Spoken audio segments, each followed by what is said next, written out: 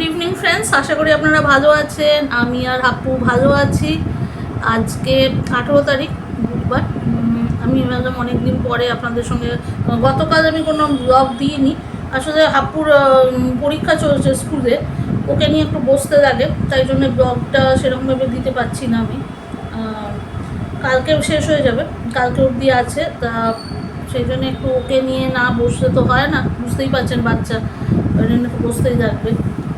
জানি না কতটা কি লিখছে না লিখছে, তা সেটার জন্যে হয়নি। তার সকালেই রান্না টান্না যেগুলো করার জন্য আমি নর্মালি করি সেগুলো তো করা হয়েই গেছে।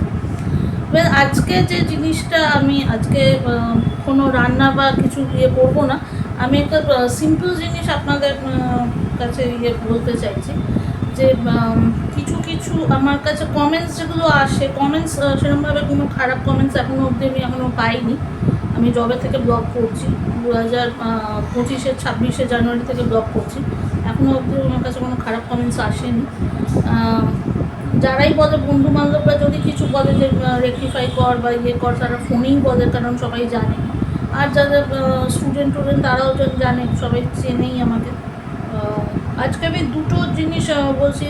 অনেকে আমাকে এই জিনিসটা নিয়ে আমি আগেও বলেছি যে একটা হচ্ছে আমার জামা কাপড়ের ওপর একটা থাকে লোকের, যে হাজব্যান্ড মারা গেছে। আমি এরকম অনেক মহিলারাই আমাকে এরকম বলেছে যে মারা গেছে, তারপর থেকে আরও সাজগোজ বেশি হয়ে গেছে। এটা কিন্তু ভুল ধারণা। আমার কোনো সাজগোজ বেশি হয়নি, প্রথম কথা আমি কোনো সাজগোজ করিও না। আর আমার যেটা ড্রেস আপ, যেটা সেন্স দেখছেন, এটা প্রথম থেকেই ছিল, এটা বিয়ের আগের থেকেই ছিল। বিয়ের আগে আমার বন্ধুবান্ধব যারা জানে আর আমাকে জানে, আমি সালোয়ার কামিজ, জিন্স, এমনকি আমি পরতাম, জিন্স টপ আর সালোয়ার কামিজই বেশি পরতাম। হ্যাঁ, আমি স্কার্টও পরতাম, তবে বিয়ের পরে স্কার্ট পরাটা, আমার স্কার্ট কিন্তু আমার খুব পছন্দ ছিল, আমাদের স্কুলেও স্কার্ট ছিল, তা আমি স্কার্ট পরাতে আমার খুব ভালো লাগতো। তা যাই হোক, কিন্তু বিয়ের পরে সেটা বন্ধ হয়ে যায়, কারণ সৌনক পছন্দ করতো না, তা এই জন্যে আমি স্কার্ট পরাটা ছেড়ে দিলাম, স্কার্ট আর টপ। তা কিন্তু জিন্সটা আমি অলওয়েজ জিন্সে বা যেটা বলে মানে জিন্স টপ, এটা তো সবসময়ই থাকতো। আর আমি যখন অফিসেও চাকরি করতাম, যতগুলো অফিসে আমি প্রচুর জায়গায় আমি চাকরি করেছি, সবাই আমাকে জানে যে জিন্স টপ বা সালোয়ার কামিজেই শর্মিষ্ঠা থাকে।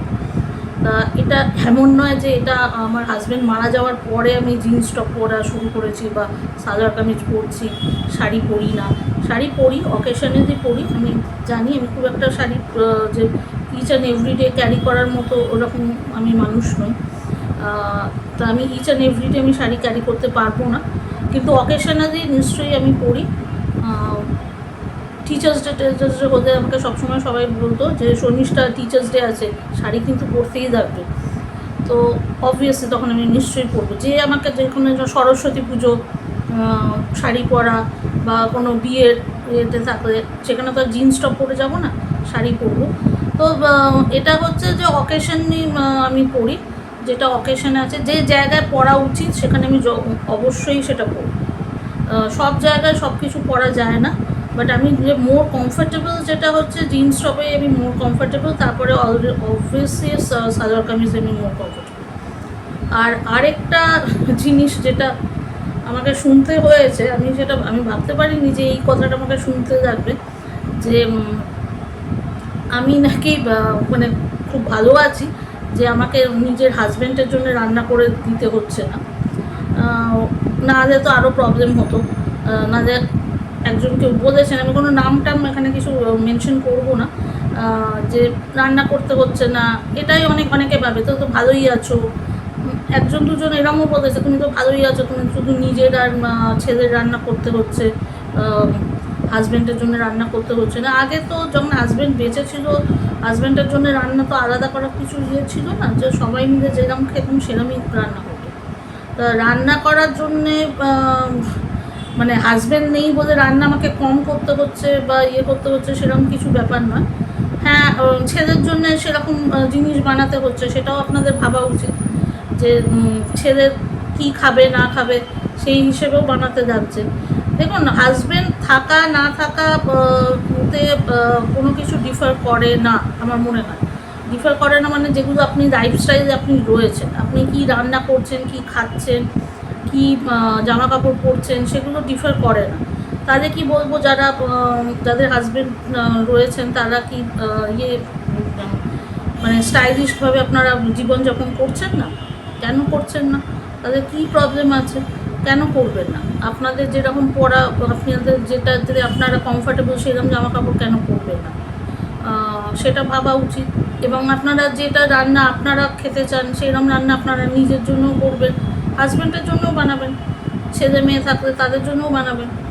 এগুলো তো নর্মাল বিষয়, এগুলো নিয়ে বলাটা আমি জানি না লোকে অ্যাকচুয়ালি কী বলতে চায় না বলতে চায়, আমি অনেক সময় বুঝতে পারি না কোন জিনিসটা বলা উচিত কি উচিত নয়। আমি ওখানে অনেক সময় অনেকে যেটা যখন বলে আমি হয়তো উত্তর সেরমভাবে কিছু দিই না, হ্যাঁ হ্যাঁ থাকি, কারণ আমি চাই না যে এটা নিয়ে কোনো একটা অসুবিধে প্রবলেম হোক।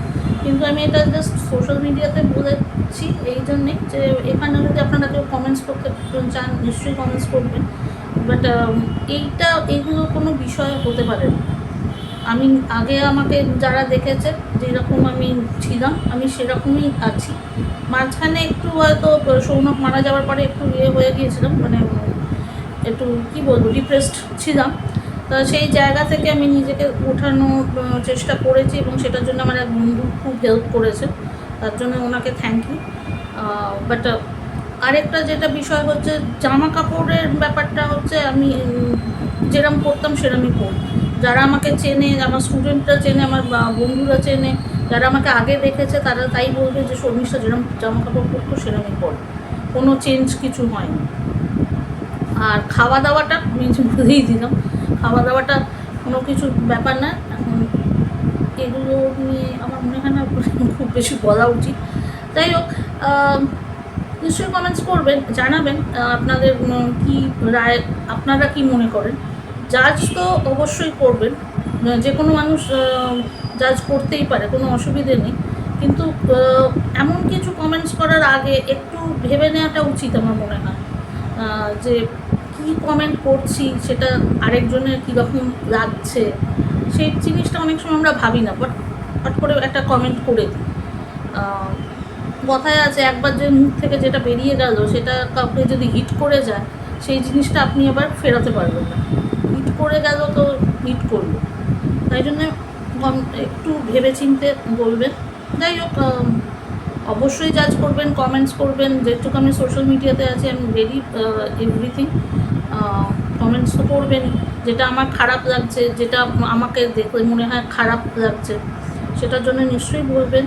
কি ভুল হচ্ছে না হচ্ছে, যদি সেটা আমার মনে হয় যে ঠিক আমার এই জায়গাটা ভুল, এটা করা উচিত হয়নি, আমি নিজেকে রেকটিফাই করব। এবং আমি সবসময় চেষ্টা করি যে আপনারা যেগুলো আমাকে বলেন যে এই জায়গাটা শর্মিষ্ঠা ভুল হয়ে গেছে, ওইখানটা এরম করা উচিত হয়নি, বা ম্যাডাম এখানটা ভুল হয়েছে, এইটা এরমভাবে বললে ভালো হতো, তা আমি সবসময় রেকটিফাই করার চেষ্টা করি।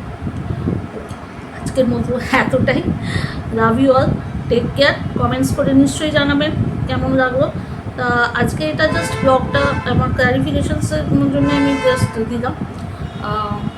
আর আমি বেশি সময় করছি না, কারণ আমার ছেলের জন্য আবার খাবার দাবার করতে লাগবে, আবার পড়াটাও দিয়ে এসেছি, দেখি ও কতটা পড়েছে। Okay, bye, take care and see you in next blog.